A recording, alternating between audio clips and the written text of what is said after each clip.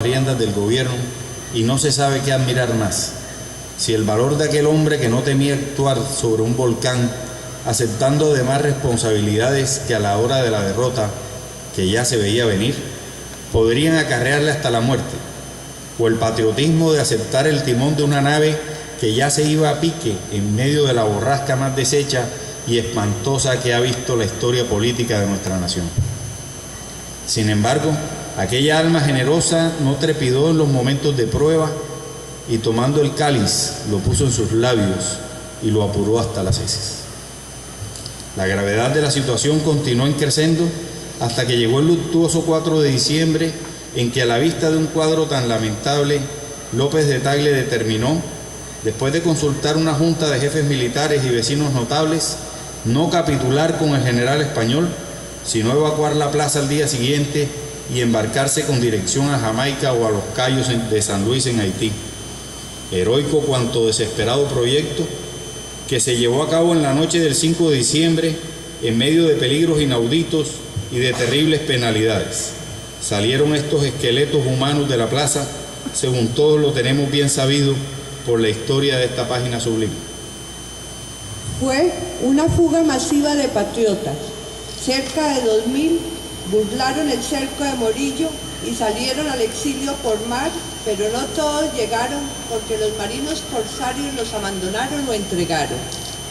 Santiago Stuart cayó en las Islas del Rosario, Miguel y Fernando Carabaño en las bocas del Atrato, José María García de Toledo con Antonio José de Ayos y Miguel Díaz Granados en las costas de Veragua, abandonados por el corsario Luis Sucre, que los robó previamente después de embarcarlos en el velero Gobernador.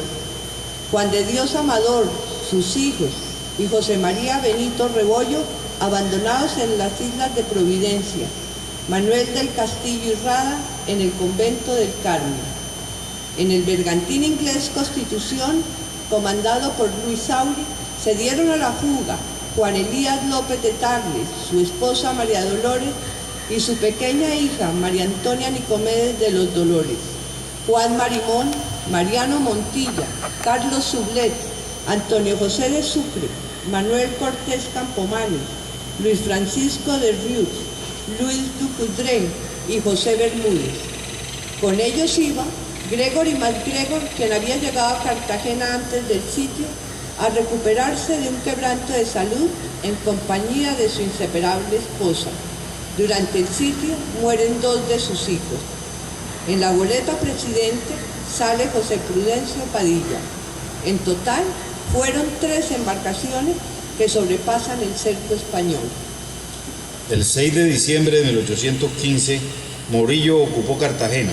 El regimiento de León entró a la ciudad después de 106 días de asedio, cuenta Rafael Sevilla en sus memorias. Hombres y mujeres, vivos retratos de la muerte, se agarraban a las paredes para andar sin caerse. Tal era el hambre horrible que habían sufrido. 22 días hacía que no comían otra cosa que cueros remojados en tanques de tenería.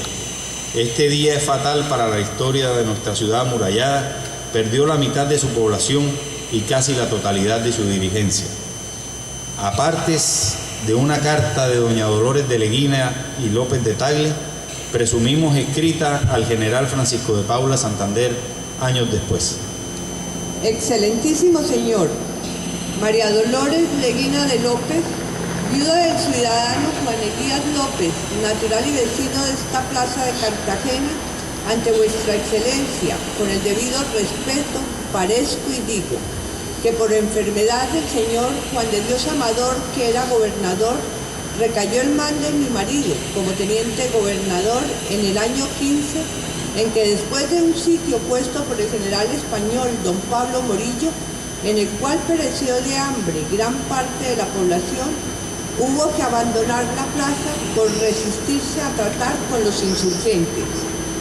En tal estado se embarcó mi marido conmigo, el señor canónigo don Juan de Marimón, que se hallaba comisionado por el gobernador general, el general Bermúdez, los tenientes coroneles Mariano Montilla, Carlos Sublet, Manuel Cortés Campomanes, Luis Francisco de Rius, el comandante de Boca Chica, general Dutudré, y como 100 hombres de tropa que se hallaban de guarnición en Boca Chica, que temían ser pasados a cuchillo por no haberse rendido a la simple intimación de unos botes de Morillo.